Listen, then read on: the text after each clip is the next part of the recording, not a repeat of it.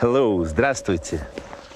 I'm Nikolai Drozdov, and for this, the second part of my Soviet safari, I'm taking you to the mountains. We in the Soviet Union have several great mountain chains that range along our southern borders. The Caucasus, the Altai, the Pamir, and the Sikhote-Alin on our far east. But now I'm on our border with China, and these are the Tian Shan, the so-called Celestial Mountains, and include some of our tallest peaks, like this one called Han Tengri, that reaches 23,000 feet high.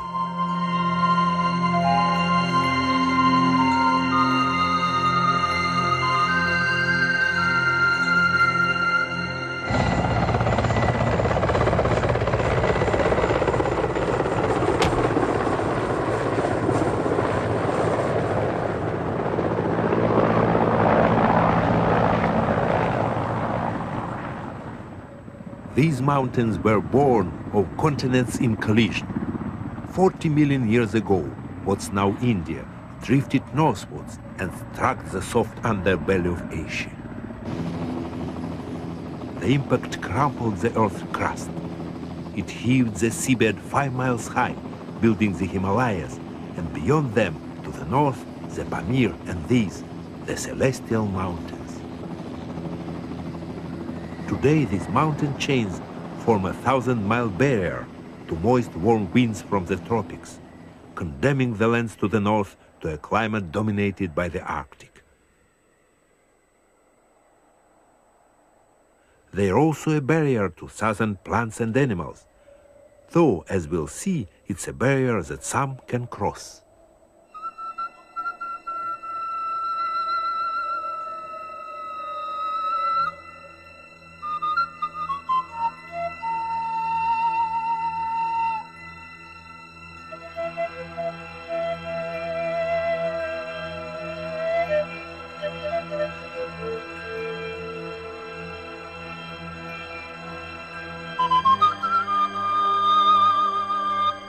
The Tian Shan is one of the highest ranges on Earth. All these peaks are taller than the most lofty in the Alps.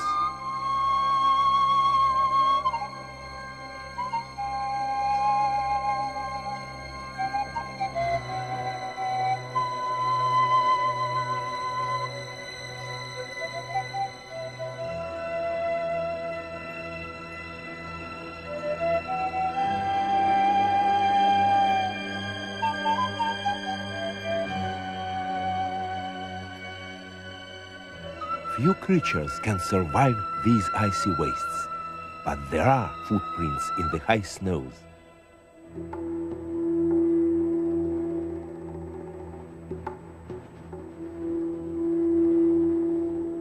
We too have our legends of the Yeti or abominable snowman.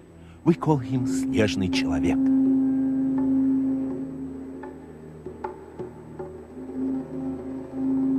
Other creatures are less mythical, though almost as mysterious.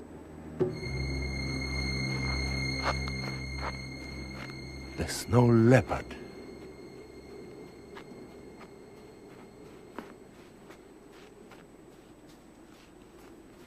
There are barely 2,000 of these great gray cats scattered through the Tian Shan and Pamir. They are solitary and elusive, very seldom seen.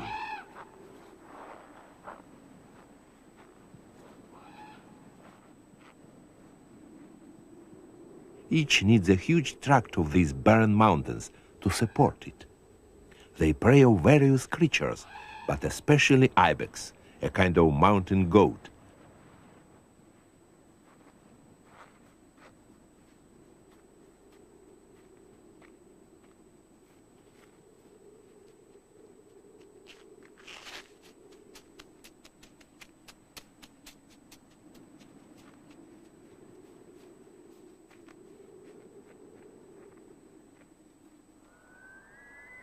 Though snow leopards are supposedly protected, a few are still killed by herdsmen defending their flocks. The ancestors of those flocks were animals like these.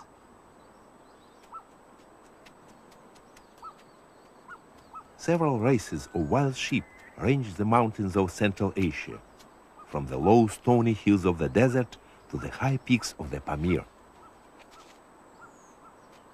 We call these Arhar.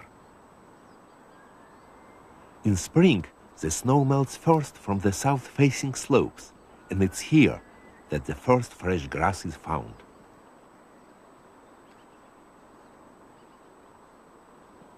In the cold light of a frosty April dawn, a flock of Arhar gather at a salt lick.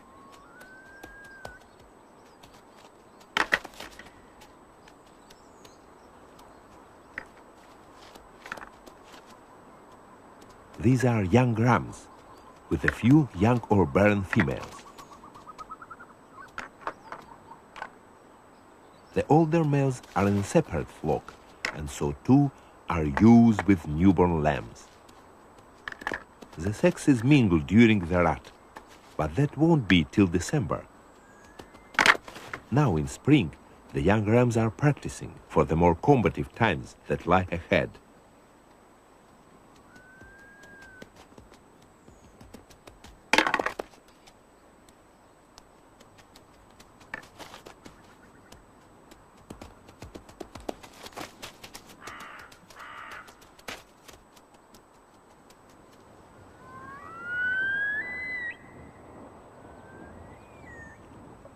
As the days get longer, the courtship whistles of snowcock echo from the cliffs.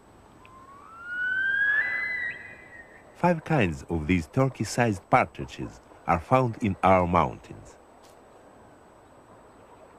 These are Himalayan snowcock.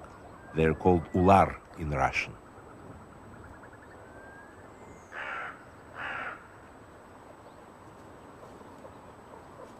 Ular are birds of the high peaks.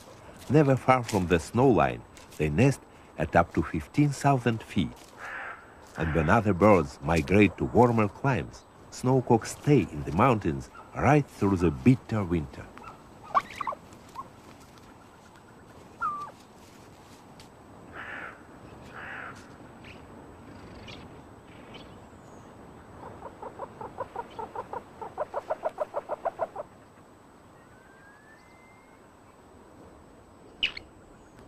Spring brings other animals into the open.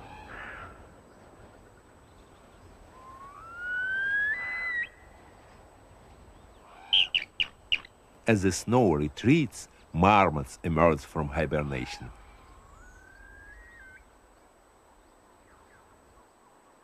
These spaniel-sized rodents have passed the winter deep underground. Some spend an incredible 8 months of the year hibernating.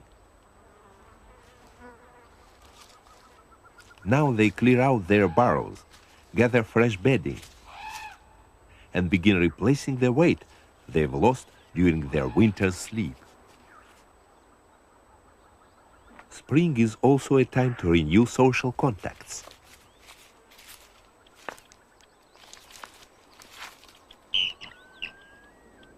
Other creatures emerge at this time of year.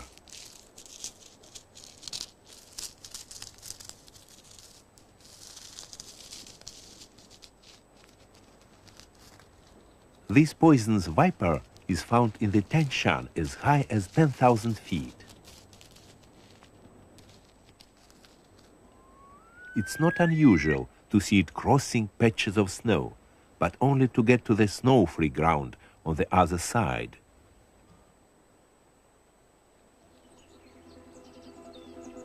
Snowmelt waters a flush of spring flowers. Among the first to bloom are the wild tulips, in places as many as 20 different kinds.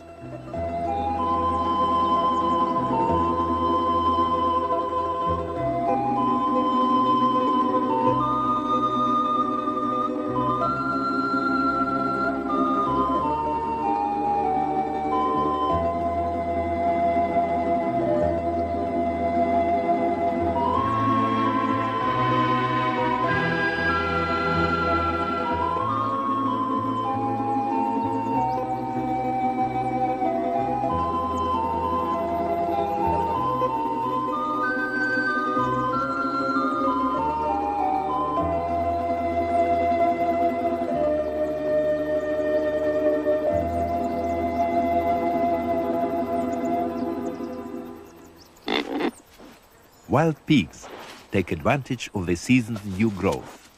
Over most of their range they are forest animals, but here in the Tian Shan, they forage well up the mountain slopes, rooting for the bulbs of tulips and wild onions.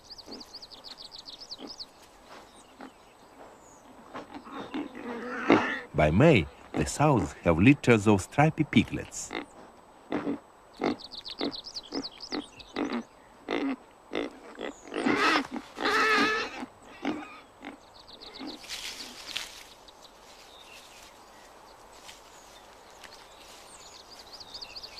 The Celestial Mountains are the realm of a special kind of bear. It's called the white-clawed bear, though in fact it's just a race of the brown bear that's found right across the northern hemisphere. As well as its pale claws, it's characterized by its pallid straw-colored fur.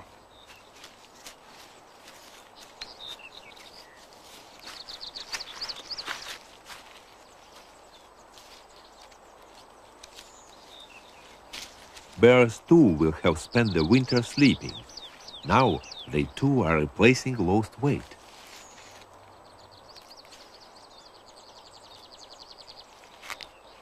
The stalks of wild rhubarb make an astringent snack.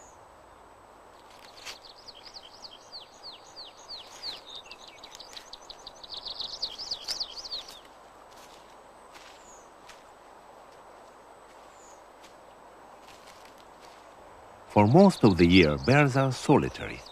They only tolerate one another in spring.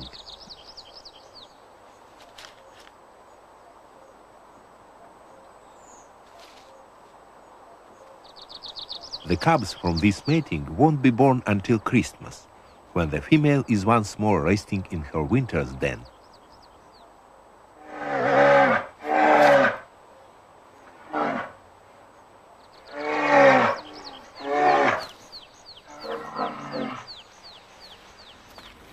Ibex follow the receding snow line up the slopes. These animals are males. As with wild sheep, the females and newborn kids are in a separate flock. Unlike the fast-running arcar, ibex never stray far from the safety of steep cliffs. They rely on their agility as climbers to elude wolves and snow leopards, and even bears. Bears are at least partly carnivorous. They dig marmots from their burrows, and they wouldn't refuse a young ibex if the chance arose.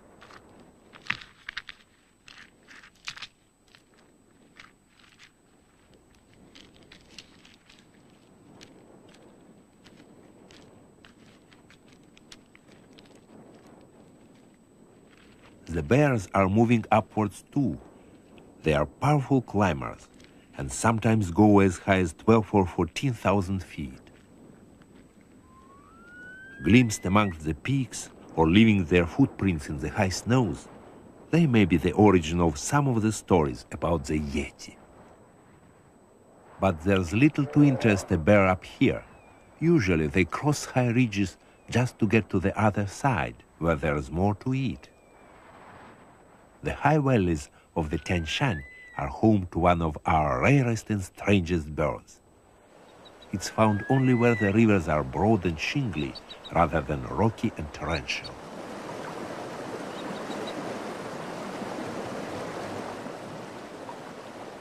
It's the ibisbill. The long curved beak that gives it its name is ideally suited to probing for food amongst rounded water-worn pebbles. Ibisbills start breeding as early as April, often when there is still snow on the ground. They lay their eggs in a simple scrape in the shingle. There are only some 150 pairs in the mountains that fringe our border with China.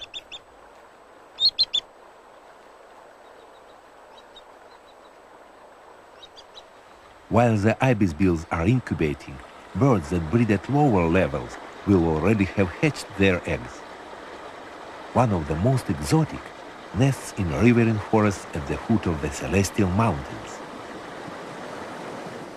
Its strongholds are far to the south, in India. It's one of the creatures that have overcome the mountain barrier. The paradise flycatcher. Here it mingles with species from the steppes and Siberia. The Persian robin is another that makes the Tian Shan a meeting place for birds from the tropics and the cold lands to the north.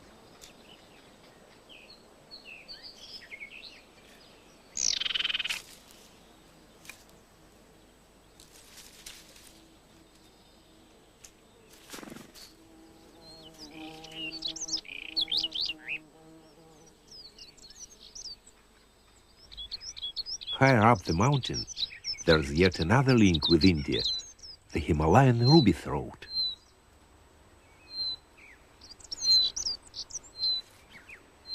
It's an insect eater. The big Apollo butterflies that characterize these alpine meadows provide food for its young, concealed beneath a juniper.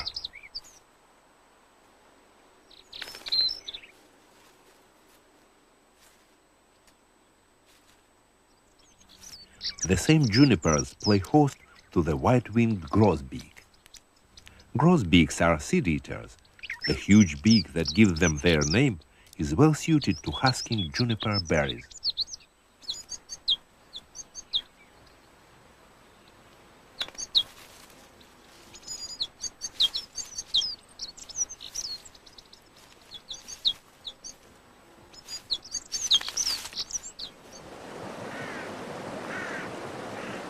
By June, the ibisbill's eggs are hatching.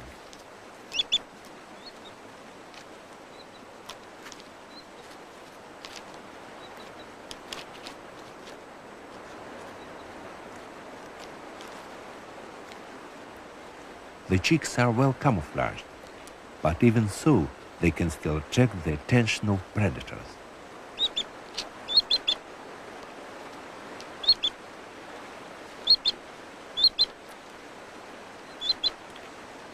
The white insides of broken eggshells are conspicuous, so as each chick hatches, the parents remove the telltale debris.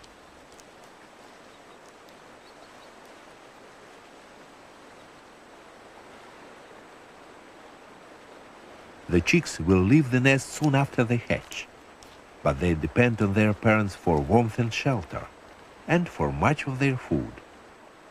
It will be some weeks before their beaks grow long enough to probe beneath the stones.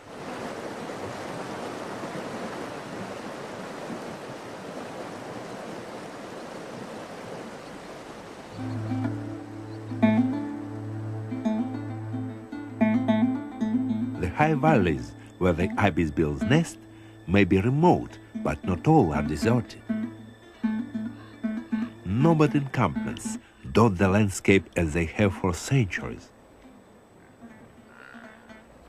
And Kyrgyz horsemen still tend their herds of yaks.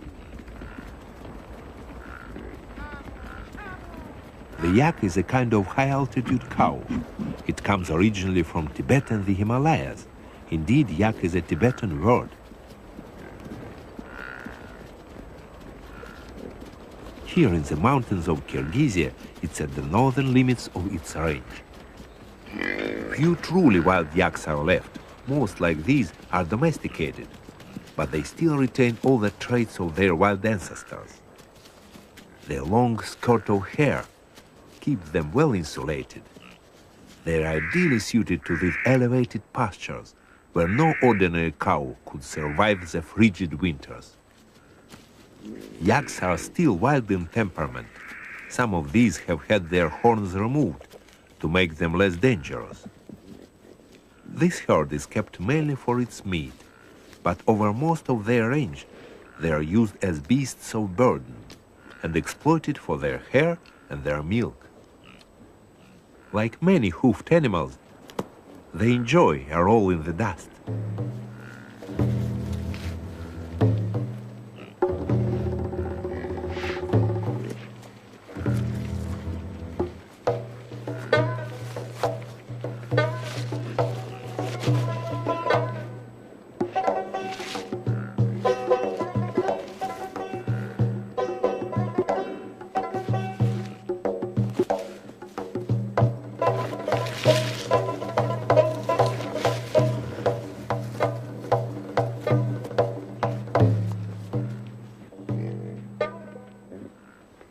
September is the time of the rut. Bulls test the cows to see if they are receptive. And just as they would in the wild, solitary bulls hang around on the edge of the herd, waiting to challenge the resident males and acquire the right to mate. Yaks can remain high on the mountain right through the winter, but that's not the case with other domestic animals.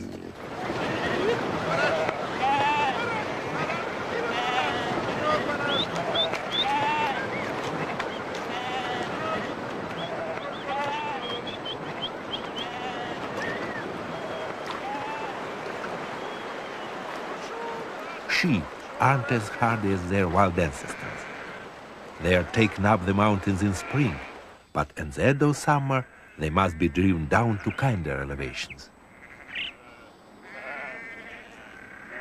Here in Central Asia, these seasonal movements of people and their livestock are little changed from the times of Genghis Khan and Tamerlane. In summer, the traditional yurt is still the preferred habitation, a tent of white felt stretched over a wooden frame and furnished with cushions and rugs. Semi-nomadic peoples in these remote mountains are dependent on their flocks and herds for food even today.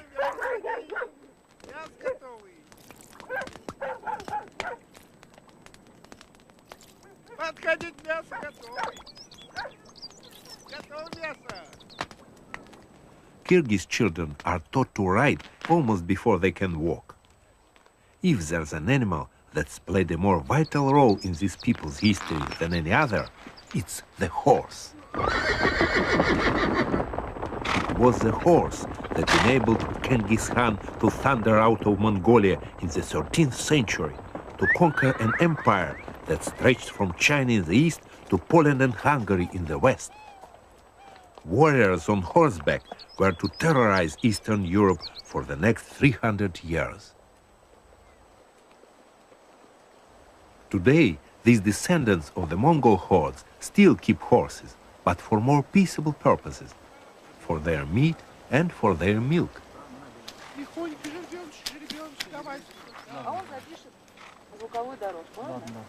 The foal is put to its mother's udder to start the milk flowing.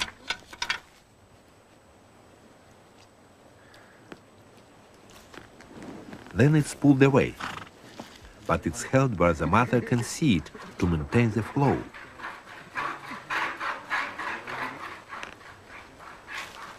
The milk is fermented to make kumis, a thin, smoky, fizzy yogurt that's been a mainstay of the Mongol diet for centuries. It refreshed the warriors of the Golden Horde, and Marco Polo drank it at the court of Kublai Khan.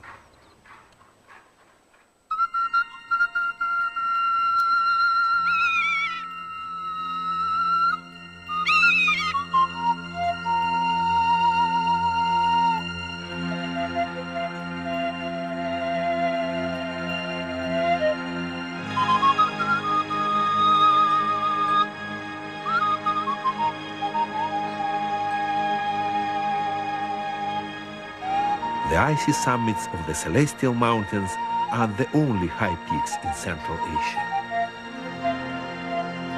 To the southwest of the Tian Shan, there is an even higher range of mountains. The Pamir, on the borders of China and Tajikistan. The western Pamir is steep and jagged, but eastwards, towards Xinjiang, the landscape changes.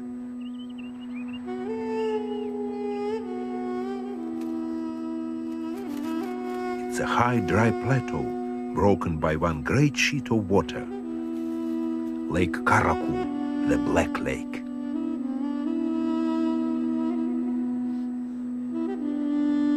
Raised beaches along the shore show the water level was once much higher. Today, the lake has no outlet, and its waters are saline. Those white beaches aren't sand, they are salt.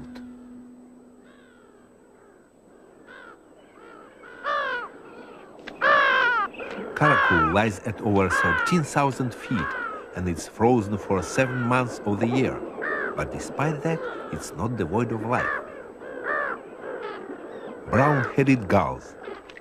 They're rather like the familiar black-headed gull, but bigger.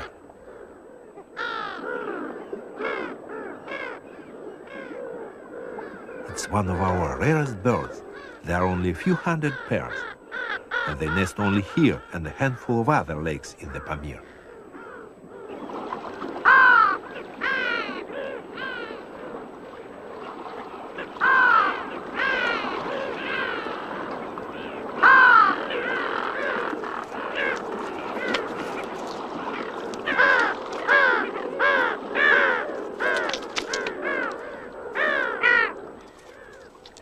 There's just a sparse growth of weed in the cold, clear waters of the lake, but it's enough to support one kind of weed-eating fish. That in turn provides food for the gulls and their chicks.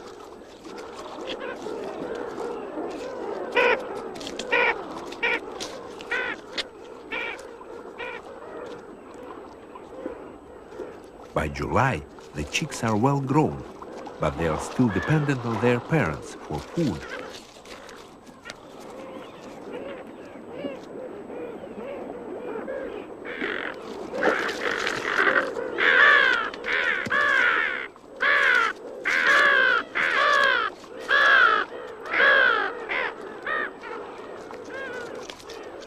Begging for food is a normal part of the courtship ritual, but this female seems to be competing with her own chick.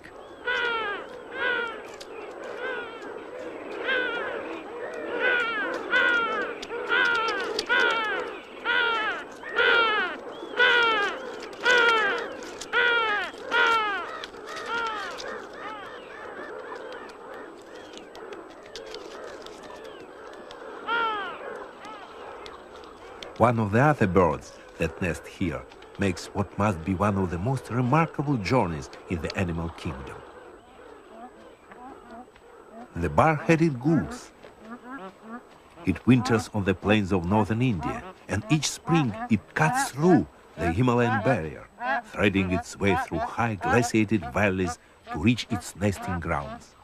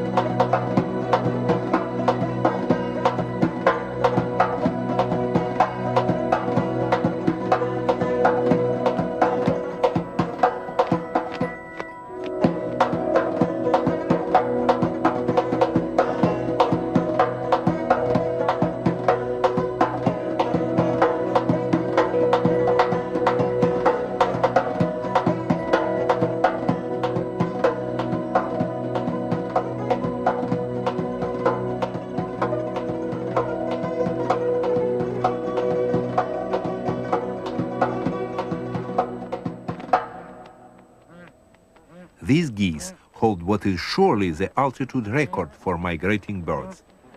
Many years ago, an astronomer in northern India was photographing the moon. When he developed the prints, one showed a skein of geese silhouetted against the moon's disk.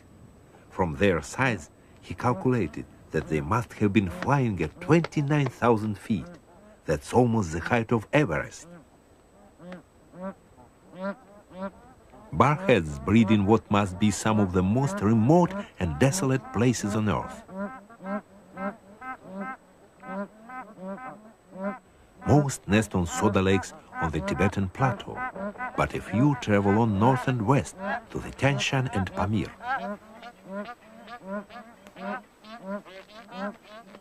Some 200 pairs nest on Karakul. Another 50 or so come here, to Lake Rankur, a shallow salt lake hard by the border with Xinjiang.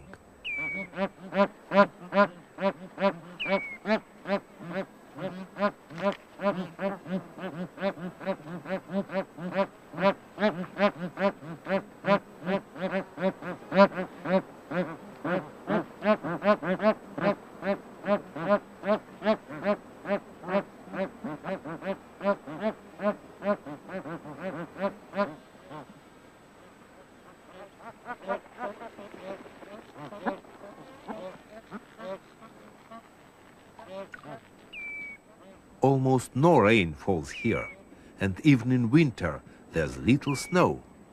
The lake's surroundings are a high, dry desert.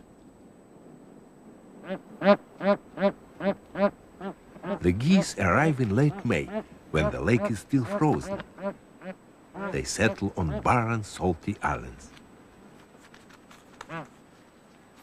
The female digs a hollow in the caustic soil and lines it with down from her breast.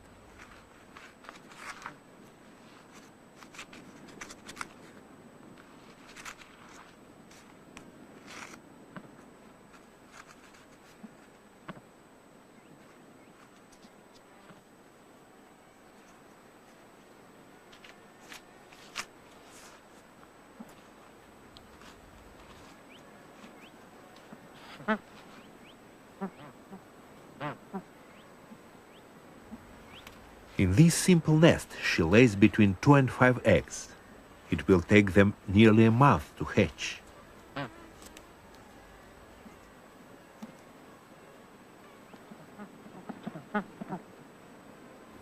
She shoulders the burden of all the incubating, but while she sits, her mate stands guard.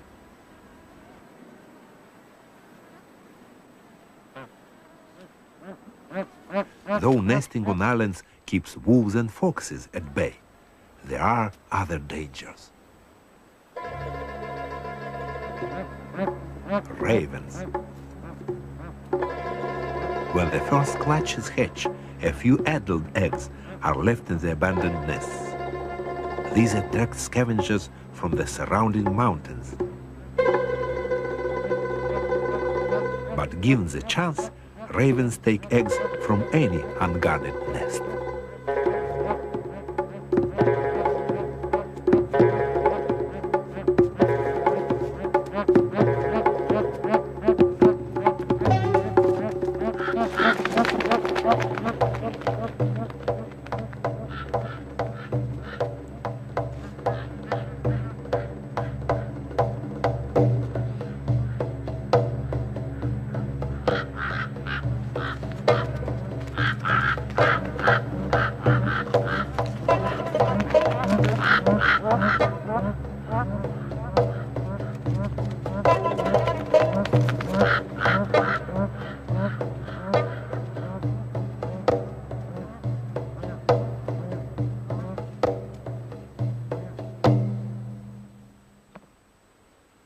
Most eggs do hatch safely.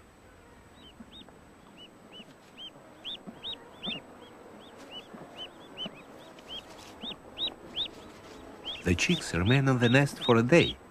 Then their mother calls them down to the water.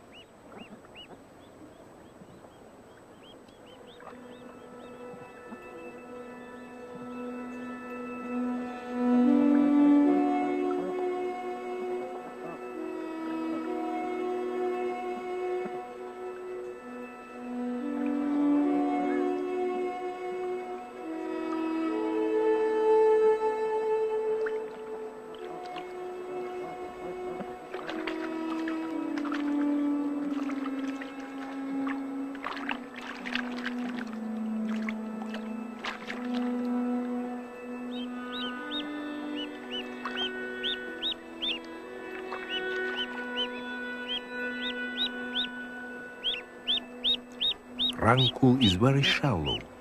Much of the lake is only 3 to 6 feet deep.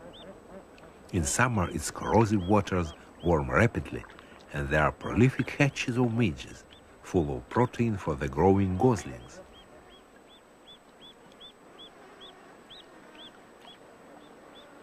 These high soda lakes have much in common with the Arctic tundra. Just as some birds fly north to exploit the brief seasonal flush of food, so others come here.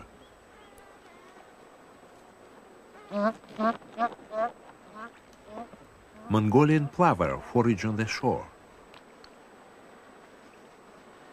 and citrine wagtails that winter in southern Asia nest in the narrow strips of marsh that surround the lake. Away from the lake, water is scarce. There's the occasional stream to support moisture-loving plants, such as primulas. But most of this land is a high, dry desert.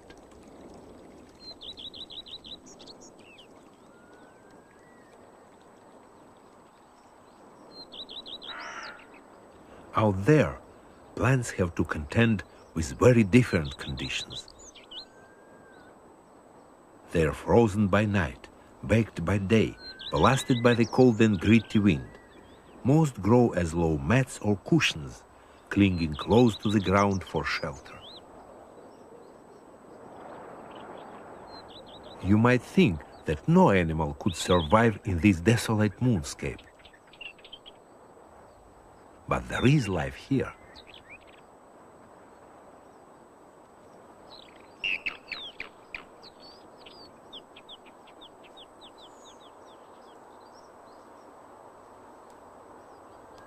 Marmots. This is the red marmot, one of 3 kinds in the mountains of Central Asia. Marmots live as high as 16,000 feet. That's higher than any mountain in Europe. Each extended family has a central complex of burrows that can be 12 feet deep. It's here they spend most of their life. For barely 4 months each year, the ground is free of snow, and there is a scattering of fresh green growth for the marmots to graze. Then, when the vegetation begins to dry out in late summer, the marmots disappear underground again to hibernate until the next spring. Up to 10 animals live in each colony, but there's only 1 breeding pair. The rest are young from previous years. Marmots are territorial. The male marks the group's range with scent glands on his cheeks and chest, and also with piles of dung.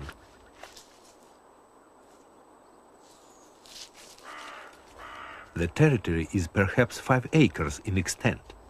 Apart from the central burrows, there are shallow bolt holes around the edge, where the marmots can take refuge.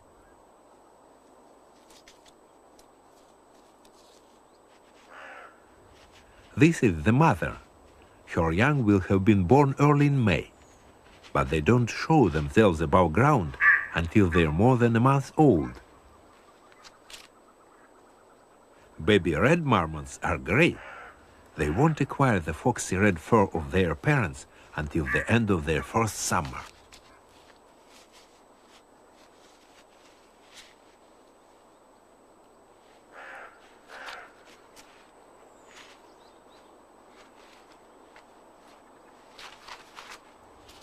There are 3 or 4 young to a litter, and they are very playful.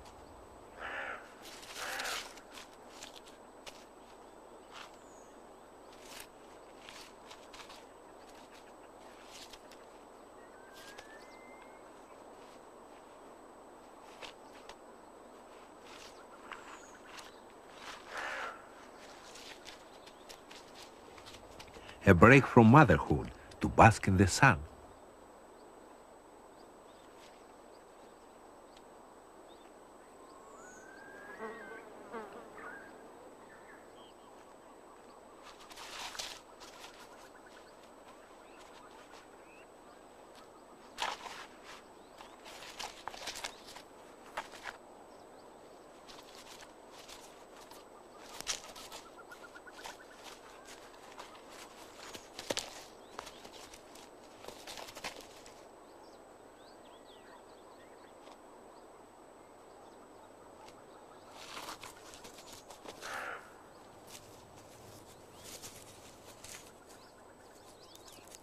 The infants will still be suckling, but they are beginning to experiment with solid food.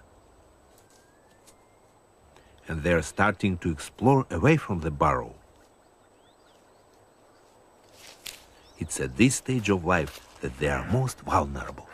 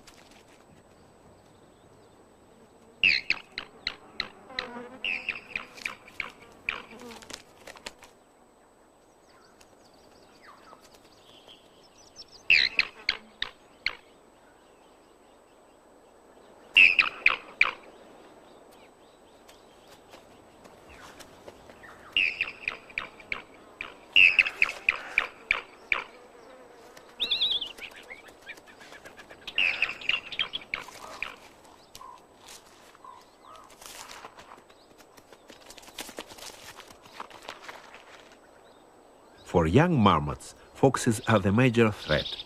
Eagles take young and adults, and a few fall victim to bears digging out their burrows. But their greatest predators are people. Marmots are hunted for their fat, which has medicinal properties, and they make good fur hats.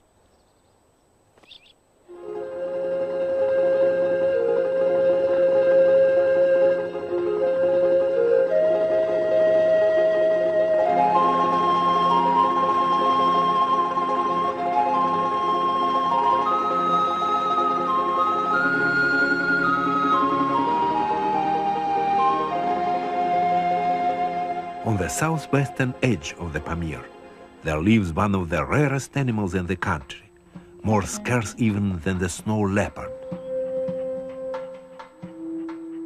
It's the marhur. The name means snake eater in Tajik. Russians call it vintorogi kozel, the screw-horn goat. There are barely 600 marhur in Tajikistan, and not many more over the borders in Afghanistan and Pakistan. It's early December, the time of the rat. The spiral-horned males are pursuing the smaller females.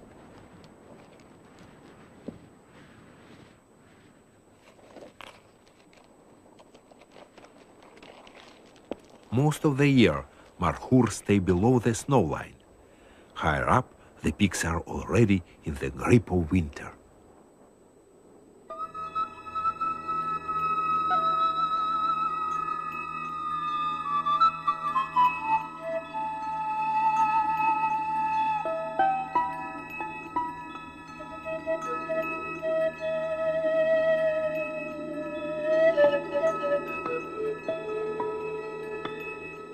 The mountains may be cold, but they are not deserted. Marco Polo sheep, the largest of the wild sheep.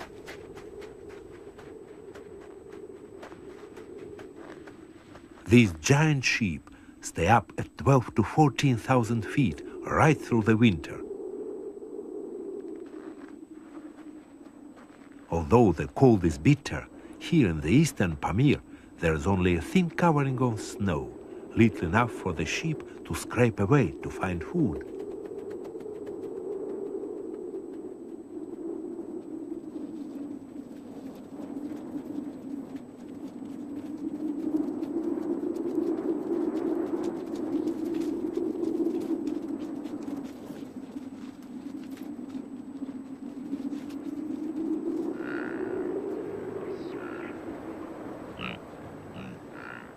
Yaks remain up in the mountains too.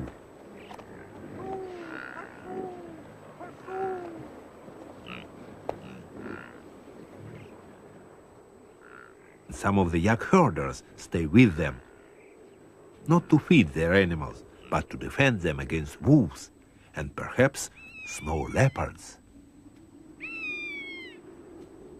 Even the hardy cat of the high snows moves down towards the tree line in the depths of winter. There's little for it to eat up here.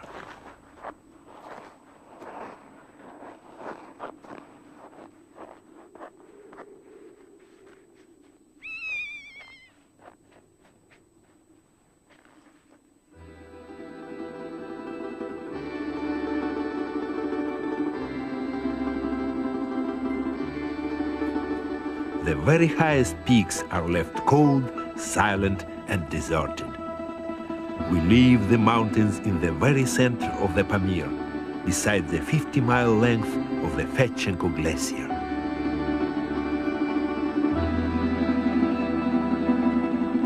Here rises the greatest mountain of all, known in Soviet times as Peak Communism. At 24,617 feet, this is the highest citadel in the realms of the Russian bear.